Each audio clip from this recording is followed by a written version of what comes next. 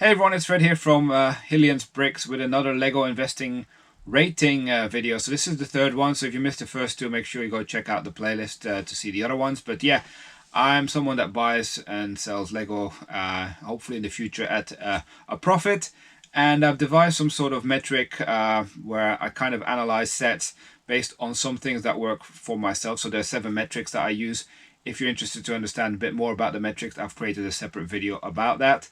And we listen to you guys on our Discord or on our Patreon membership or on the comment section from these YouTube videos in terms of what sets you would like to see analyzed. So from this perspective, we've chosen a comment from one of the YouTube videos, and it's a comment by Zark, who wanted me to check out the Daily Bugle, so 76178. So that is the set that we're going to be reviewing today in terms of all the metrics. So I just want to let you know these metrics, they are weighted, and I'm not going to disclose all the details on how the calculation works, but they are weighted for something for my benefit, right? So one of the more important factors that I consider in here, slightly weighted a bit more than the others, would be the ratio. And for me, the ratio is quite important because, you know, my backup plan is a bricklaying store. So if it doesn't sell out, I want to make sure that the parts values is quite good as well, right? So, but let's get started with the 7 metrics. So the first one that we're going to talk about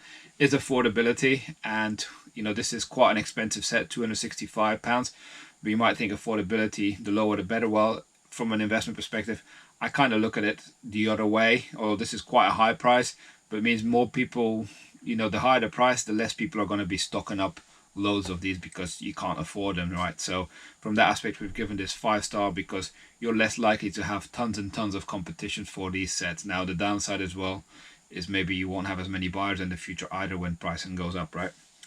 Next is the theme, and this is in the Marvel theme, so Marvel superheroes. This theme does generally quite well. I've actually had some sets already sold at a nice ROI when it comes to Marvel. So from that perspective, we've also given this a 5-star. Next, it comes to the ratio score. So as I mentioned, this is the set that's worth £265, comes with 3,772 pieces. And the thing that sways it a lot is that it's also got 25 minifigures in there. So we do an adjustment on the ratio score based on the minifigures because we think minifigures are quite valuable potentially, especially in the Marvel theme. So it came out the ratio score to give it a 4-star for this set. Next, we're looking in terms of availability. How widely is this set available? It's not a Lego exclusive, but we consider this as quite rare. So it's not available everywhere. It's not like you're going to find it on all the Amazons, at least not here in the UK, at a discount or anything like that. So there's a few retailers that might have it, but therefore we've given this as well a 4-star rating for its rare availability. Next, we go and look at the duration, so the average shelf life of Marvel sets, and it's around 18 to 24 months in terms of shelf life. Now, I'm not sure how long this set will be available for, but we kind of base it on the average of the theme, and this is something that we track throughout all our analysis and something that gets updated the more sets that retire from every single theme.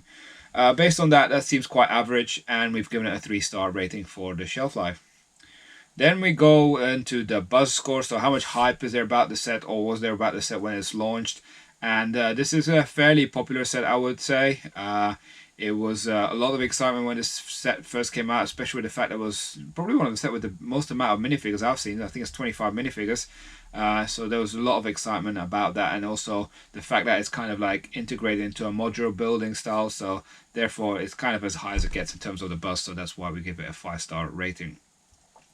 And then finally, in terms of the size, this is a big box, so it's a large box, which is a bit of a downside really, because it takes more space from a storage perspective, and also when it comes from a shipping perspective, it's going to cost you more as well. So therefore, it's a large box, I'm afraid. So it's a 1-star rating from that perspective. But what does that mean overall in terms of a scoring perspective? So yeah, the overall score is very high for this one. It's got 7.42 out of 10. Now, we always got to look at it in perspective towards the other sets, and this is the first set that we've kind of seen and gone over 7 in the metrics. So if you look at our ranking, this set has come in at the first one, but we've only had 3 sets, right? So over time, I'm going to keep filling in this top 10, and further on, we'll keep updating it. And this is the sort of data we'll also be eventually making available to our Patreon members to actually track all the active sets. And eventually, they'll have some sets that are retired in there as well. But yeah, that's it. Let us know what you thought of this. Make sure that you leave a comment in any of our videos here, which sets you want me to cover in future videos like this, because we do take inspiration from all your comments here.